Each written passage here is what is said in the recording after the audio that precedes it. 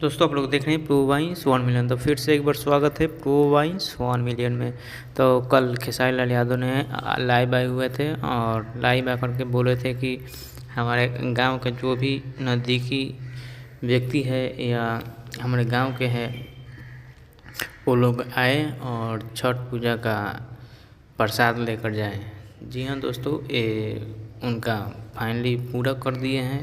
आज वो बंटवा रहे हैं अपने नए वाले घर पे, जो कि उनके मम्मी पापा के हाथ से मिल रहा है और आप लोग देख सकते हैं। आप लोग पूरा वीडियो दिखाने की कोशिश करेंगे। ओकरा बाद देखी है सारा लोग ले जाता है प्रसाद।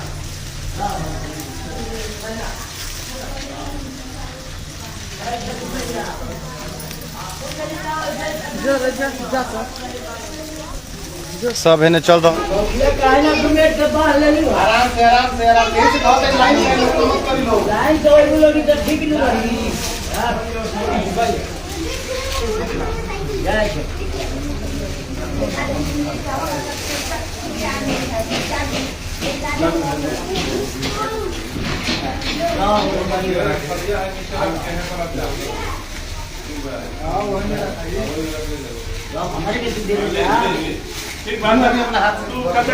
ये लड़का लो अपने माई के कहने बना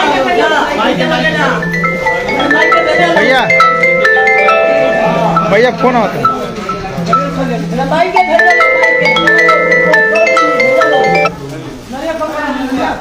बाबूजी लाइव बानी सब कुछ आवत तनु।